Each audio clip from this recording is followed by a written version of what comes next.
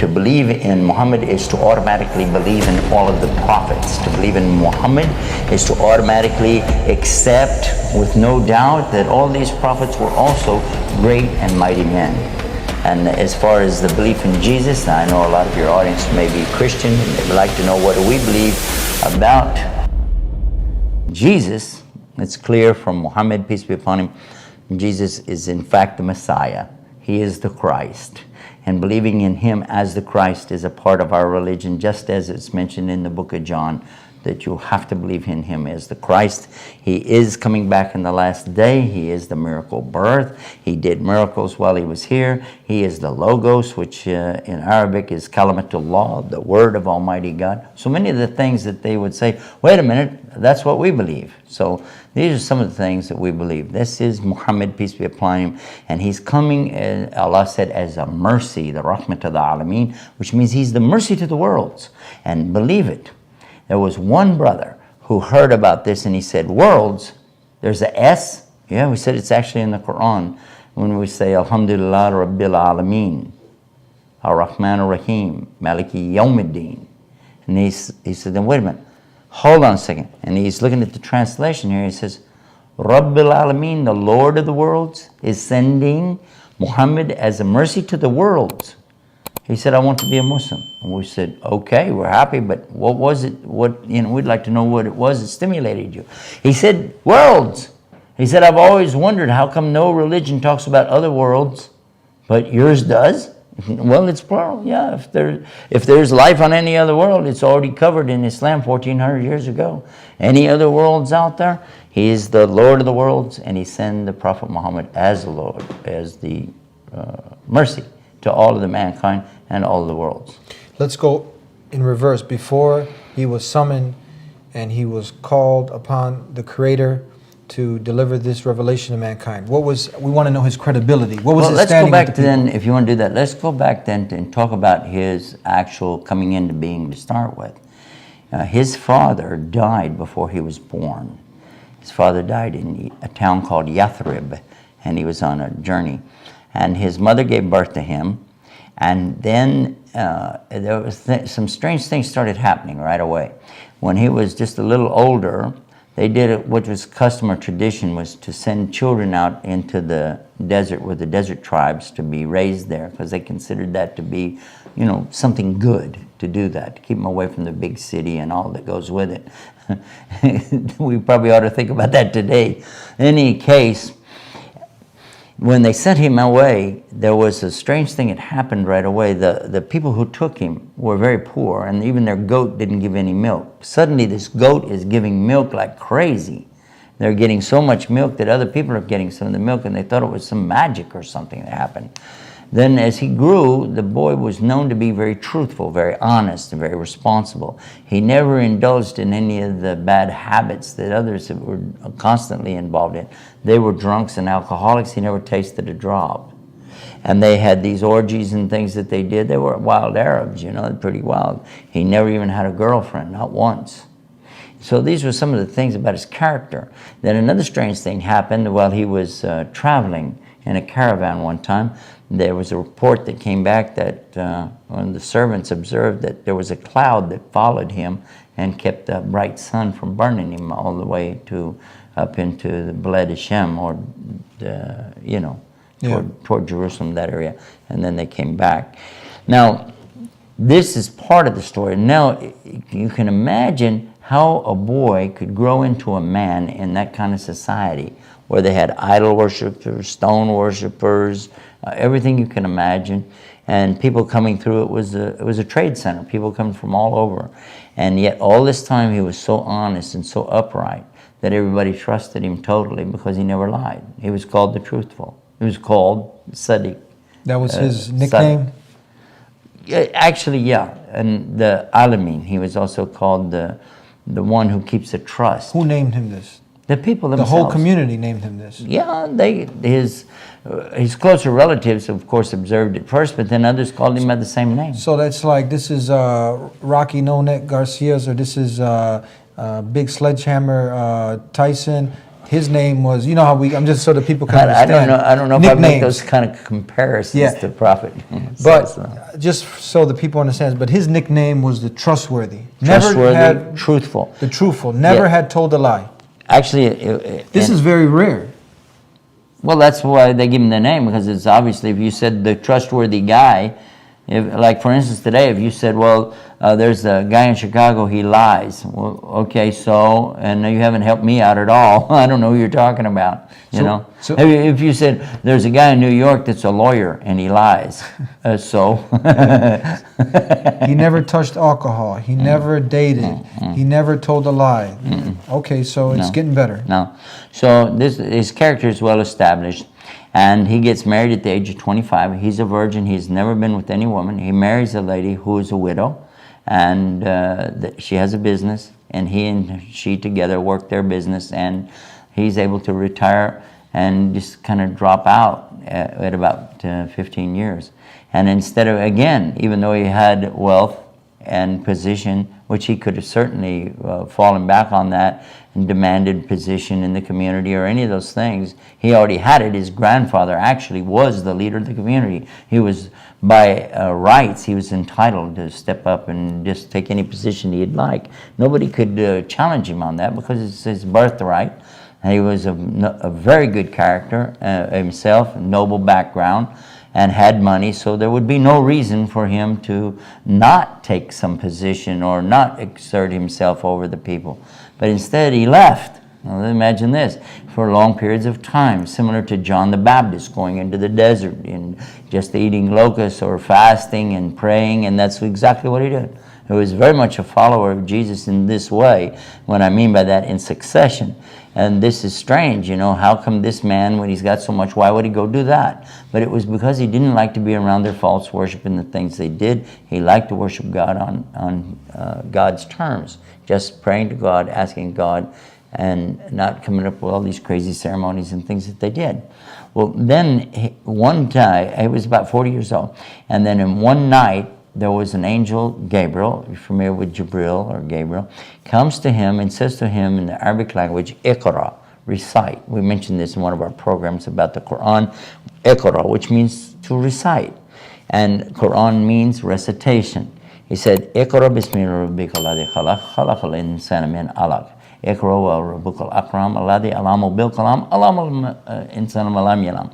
The more or less the meaning of it is, recite in the name of your Lord who created the human beings from a clot of blood. This is one of the miracles we talked about, the Quran, that's how we start out. Then it continues, it says, recite, and your Lord is so generous, who has taught man how to use a pen. Taught man what he didn't know. So we find immediately a lot of small words, but a lot of meaning here, a lot of understanding. And when he went back to his people to tell him about this, his wife accepted it right away. His best friend that he grew up with accepted this right away. And one of his cousins, a young boy about 9 years old named Ali, very famous today, accepted Islam. These were the first people. But then the others weren't so quick to accept. In fact, he found a lot of resistance, and they began attacking him and saying bad things. He's a magician, he's a liar, he's this and that. But they knew he wasn't a liar, they knew he wasn't a magician, and they knew that he was telling at least what he believed, because he wasn't coming up with something that was typical for a madman, a crazy person, or a magician. He was saying what he really believed. There's one God, only one God, and I'm his messenger to you. So this rejection went on for quite a while. In the beginning, they tried to negotiate things with him. They offered him, you know, we'll give you a good position. We'll let you be like the king of the tribe. We'll give you women. What do you want? Money? We'll give you money. You want power? What do you want? He said, I don't want any of those things. There was no motive. Well, his own uncle came to him and he said, his uncle's trying to defend him and take care of him. And he said, look, I can only go so far. These people are getting wild. Your own relatives want to wipe you out because you're challenging their false gods. They don't like it. So why don't you settle down a little bit? He said, and they're offering this, they're offering that. He said, well, look, I swear by God, if they put the moon in my right hand and the sun in my left. Meaning, if they give me everything there is, the expression they had, he said, I would never give up worshiping God as one. I would never give up spreading this message. It means no matter what they offer, no matter what they say, I can't accept it because I'm not here about material things. I want to tell people there's one God, worship Him. That was the main message that he brought. Still the same message today. We're going to take a break, and we'll be right back with Yusuf Estes, getting to know the last and final messenger of mankind, the Prophet Muhammad. Stay tuned. Welcome back to the Deen Show. Today on the Deen Show, we have our special guest, Yusuf Estes, and we are talking about the last and final messenger that has been sent to the whole of mankind as a mercy to the world. So we're getting Muhammad to know him. ibn Abdullah ibn Abdul Muttalib. We're not talking about a man who lived 100 years ago. Nope, not 50 years ago. We're not talking about Elijah Muhammad. We're not talking about Muhammad Ali.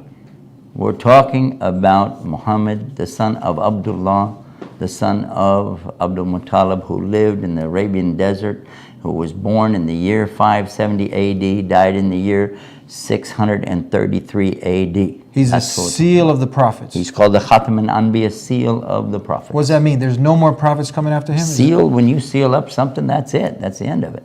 That's what it says in the Quran. Okay, continue on. We talked about his credibility. Okay. Right? He never told a lie, and he was very truthful. There was more to it than that. The credibility, his honesty, integrity, this is one subject. Look at how, when we talk about him being a mercy to mankind, look at his soft and gentle way to treat people. So soft and so gentle, and yet sometimes even humorous. I recall that one time there was an elderly woman who was talking about, what is the paradise going to be like? And because she'd heard him speaking about these things, and he said, oh, you didn't know? There's not going to be any old ladies there. What? Oh. And he went off, and when he came back, he found her crying. He said, what's the matter? She said, you said there weren't going to be any old ladies there. He said, well, that's because you're going to be young and beautiful again. Oh! So even he had humor with the way he explained things to people. Another thing that happened, another woman, one time, an elderly woman, had a big package, and she was trying to find somebody to carry it for her. She thought that he was so simple in his lifestyle and all. He looked for all the world just like a servant boy running around there. And she said, come carry this package. So he did. He carried it just like he was a porter. And he carried it, went out in the desert, wherever her house was. He carried it out and put it down. She said, I can't pay you. He said, it's okay, I don't need anything. She said, no, but I'm going to give you a good tip.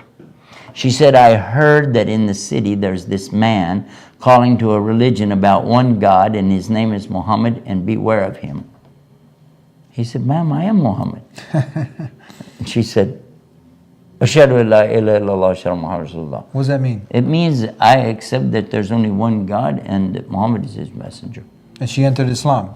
Well, as far as I know. That's what it means when you say what that. it means. But because of his character and his action that went with it, that was important, He was soft, he was gentle. At the same time, there were points where he was going to be tough. Even on his own followers, look what he did. One time they were in a hardship. They were being beaten down. They were being abused and insulted and tortured right in front of the holy sanctuary, right in front of the Kaaba, which is there in Mecca. And one of his companions said to him, I wish you would pray and ask Allah, because they know his prayers will be answered. Just ask Allah, give us a victory. Let us at least fight back against these guys. Give us, And he said, look at this. He's telling me to be patient. He's saying, you don't think about this, but the people before you suffered more than you.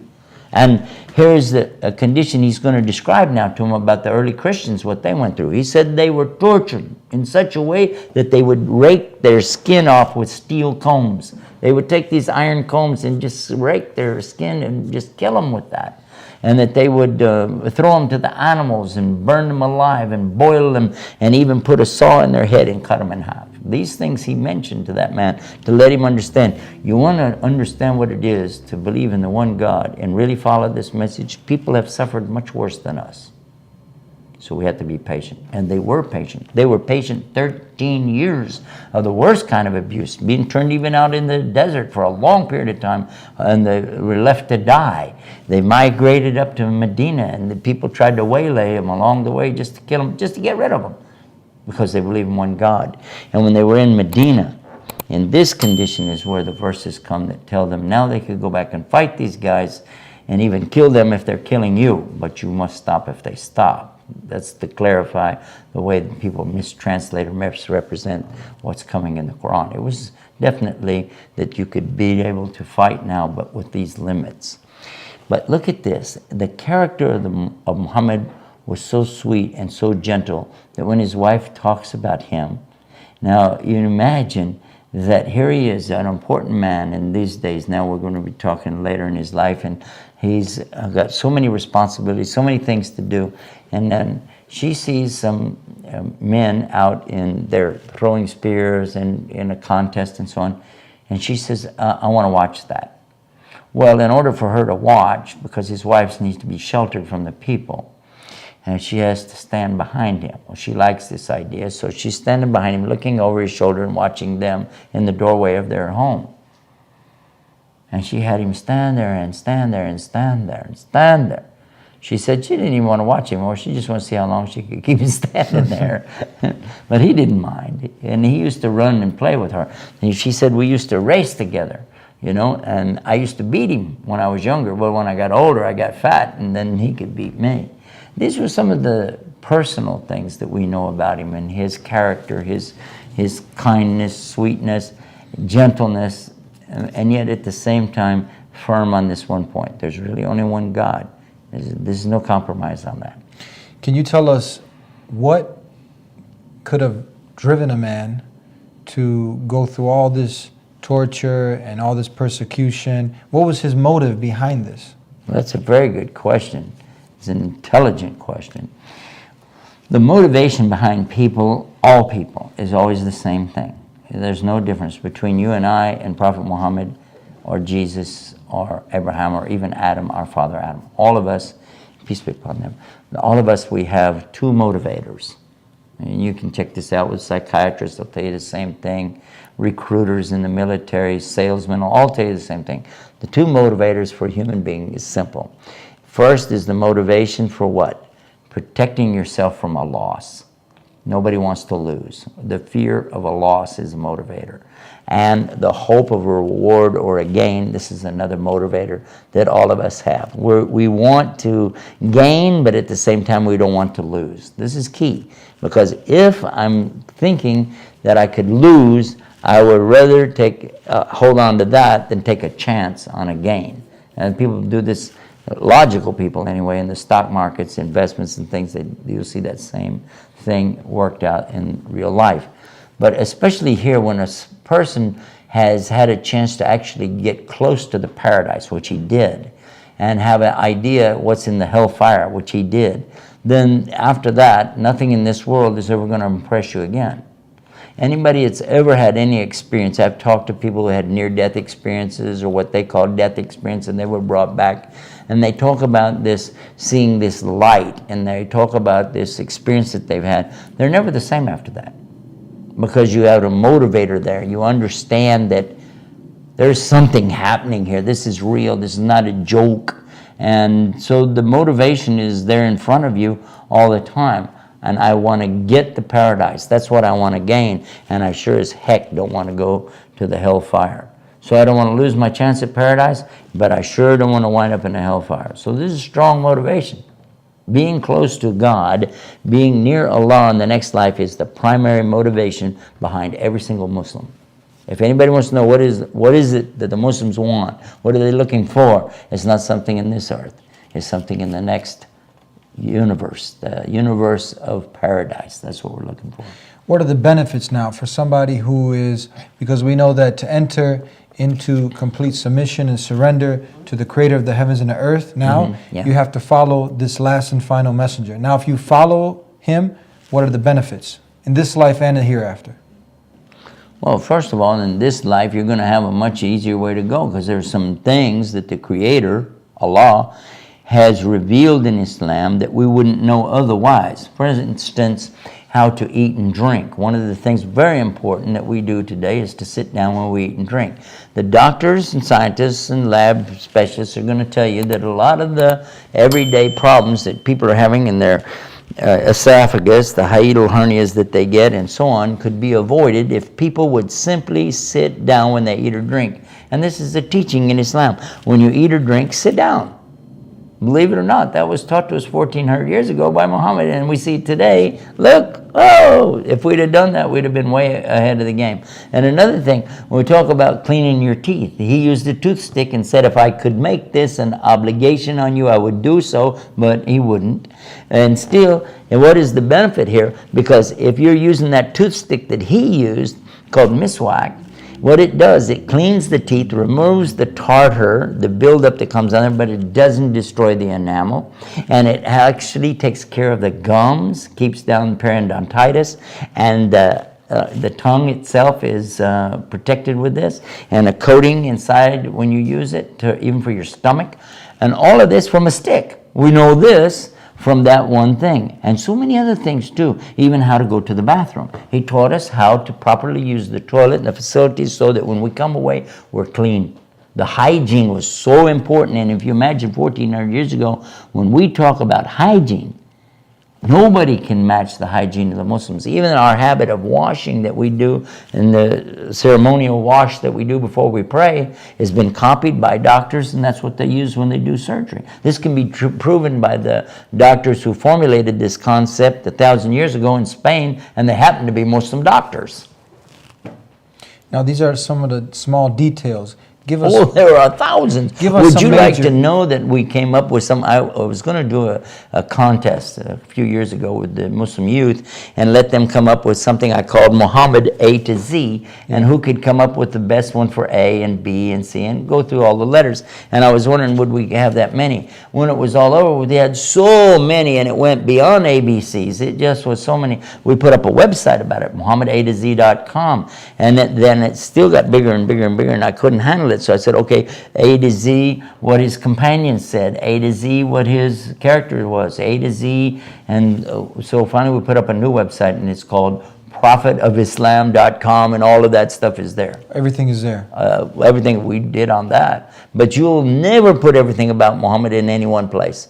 You will not be able to do that. You can try, but I am trying myself, and I said, I don't even have a tenth. I don't have even a half of a tenth of a percent of how much this man is known for, and things that he did, things that people said about him, and throughout the centuries, the effect that he's had on so many other people. And one simple man who lived in a simple a little room and on a dirt floor and slept on a little bamboo mat. So everything we need to know in life, everything that we need to be successful in this life and the hereafter, did he bring for all of mankind? Let me tell you what somebody said in the 1970s. Michael Hart wrote a book, The 100 Most Influential Men in History of the World. That was the name of his book. 100, the ranking of the 100 most influential men in the history of the world. I think that's a big title. I think that's what it was. Michael Hart. Check it out, though. And in it, he puts Muhammad as number one. He said no human being had more influence on their society around them and future generations in the way of what we call secular and religion and government and he gave this long list and quite a bit about it. It's talking about Muhammad, and this is not a Muslim.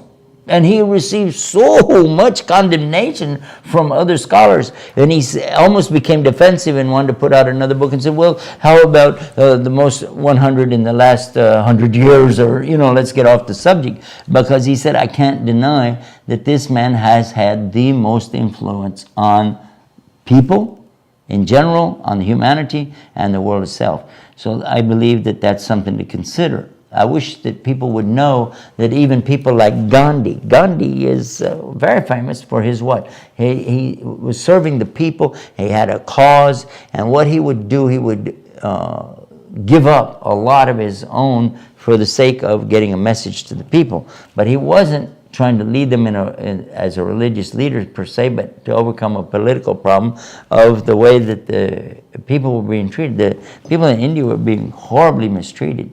And subhanAllah, look at this. He gets so much inspiration from who? He's quoting from Muhammad. He says, and we have it on the website, go read what he said. He said, I have come to conclude now in reading of Muhammad that it wasn't the sword that won over the people. It was the heart. And look how he begins to, oh my God, when he starts talking, this is Gandhi talking about Muhammad. And he says, when I came to the last volume and I was reading the end of the books, he said, I became sad because I wish that there was more to read about this great man. Well, with that said, I hope that people take the opportunity to get to know this man, because... Come to the website, Prophet of Islam. You put it right there. prophetofislam.com.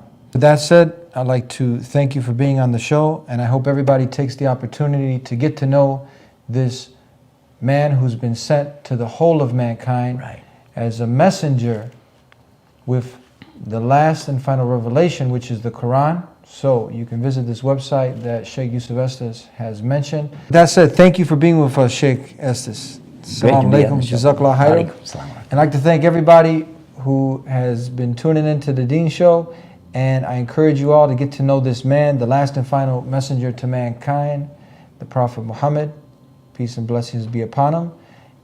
And if you've missed any of our shows, you can tune into thedeenshow.com.